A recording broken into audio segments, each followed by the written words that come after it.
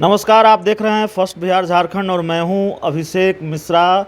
Corona के भीषण संकट के बीच बिहार विधानसभा चुनाव की दहलीज पर खड़ा है और 2015 के विधानसभा चुनाव की तरह ही 2020 के विधानसभा चुनाव से पहले बिहार की सियासत में जहर का जिक्र बार बार आ रहा है। 2015 में लालू ने कहा था कि मैं जहर पीने को भी तैयार हूं। 2020 में उपेंद्र कुशवाहा कह रहे हैं कि मैं जहर पीने को तैयार हूं। तो सियासत में जहर का जिक्र बार बार क्यों है और आरजेडी जहर क्यों पिला रही है, इसका जवाब आरजेडी ही दे सकती है जाहिर तौर पर। तो इन सवालों के जवाब तलाशने के लिए हम आ पहुँचे हैं आरजेडी के प्रवक्ता संजीव सहाय जी के पास। और सवाल पहला यही है कि जीतन राम मांझी महागठबंधन छोड़कर चले गए, उपेंद्र कुशवाहा को भी आप लोग जहर पिला रहे हैं।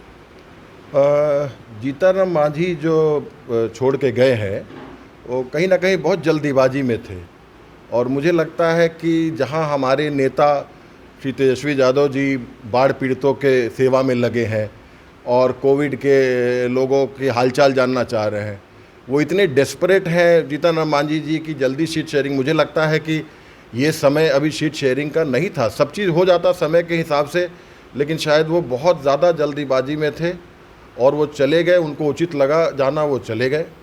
उपेंद्र कुशवाहा को जहर क्यों पिला रहे हैं सर? उपेंद्र कुशवाहा जी एक बहुत ही ठहरे हुए नेता है। मैं समझता हूं कि जहर पिलाने की इसमें कोई बात नहीं है। उपेंद्र कुशवाहा जी किसी भी रूप में वो वही चाहते हैं कि जैसे हम एनडीए को उखाड़ फेंकना चाहते हैं, वैसे वो भी हमारे साथ सहयोग दे करके उखाड़ फेंकना चाहते हैं।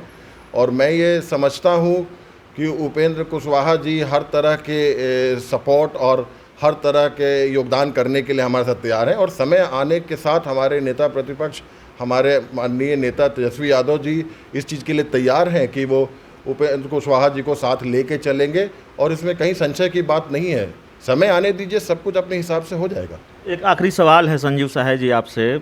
उपेंद्र कुशवाहा अगर जहर पीने की बात करते हैं तो जाहिर है राजनीतिक बयानों के अपने मतलब होते हैं और ख़ासकर चुनाव के दौरान ऐसे बयान दिए जाते हैं तो उसके मायने तलाशने की कोशिश होती है। उपेंद्र कुशवाहा ने जब से जहर पीने की बात कही है, ये माना जा रहा है कि वो अपनी मजबूरियों का जिक्र बार बार कर रहे हैं, उनके पास ऑप्शन नहीं है। और तेजस्वी यादव या आरजेडी पर आरोप लगता रहा है कि अपने सहयोगियों को भाव नहीं देती, उनकी डिमांड को नज़रअंदाज करती है, दरकिनार करती है। और उपेंद्र कुशवाहा उन्हीं मजबूरियों का जिक्र करते हैं। राजनीति में जिन प्रतिकूल परिस्थितियों में फंसे हैं वो आरजेडी और तेजस्वी यादव की वजह से, क्योंकि विकल्प है नहीं उनके पास, इसलिए वो जहर पीने की बात बार बार कर रहे हैं। क्या आरजेडी ने वाकई उनको मजबूर कर दिया है किसी तरह महागठबंधन में एडजस्ट रहने के लिए? जी ना, मैं समझता हूँ ऐसी कोई बात नहीं है। आरजेडी के साथ सिर्फ यही है आज की डेट में कि हमारे नेता तेजस्वी यादव जी पहले तो वो इलेक्शन के खिलाफ थे, क्योंकि उनका कहना था कि भाई लोग की हालत ऐसी है जहां इलेक्शन अभी नहीं होना चाहिए। लेकिन क्योंकि चुनाव आयोग की अपनी एक अथॉरिटी है और चुनाव आयोग अपने हिसाब से चुनाव करेगी, तो हमारे पास ऑप्शन नहीं बचता है इलेक्शन में जाने के लिए। मांझी जी की भरपाई कर लेंगे, वो चले गए हैं। मांझी जी की भरपाई ऐसे ही है। हमारी जो पार्टी है वो हमेशा दलित के लिए करते रही है, अति पिछड़ा के लिए करते रही है। और मैं समझता हूं कि पूरा जनाधार आज जो है हमारे तेजस्वी यादव जी के साथ है और हर आदमी ये उम्मीद कर रहा है और वेट कर रहा है कि कब तेजस्वी यादव जी को मुख्यमंत्री के गद्दी पे देखेगा। इसलिए मैं नहीं समझता हूं कि इसमें कोई बहुत दिक्कत होने वाली बात है। और उपेंद्र कुशवाहा जी हमेशा वेलकम है और समय आने पे सब चीज़ निपटारा हो जाएगा। तो फर्स्ट बिहार झारखंड से बात करने के लिए आपका बहुत बहुत धन्यवाद। संजीव सहाय जी थे, हमने इनसे बात की है और बिहार की सियासत से जुड़े हुए जो सवाल थे, खासकर उपेंद्र कुशवाहा के जहर पीने वाले बयान सामने आने के बाद, जीतन राम मांझी के महागठबंधन छोड़ने के बाद, उन सवालों के जवाब भी हमने तलाशने की कोशिश की है।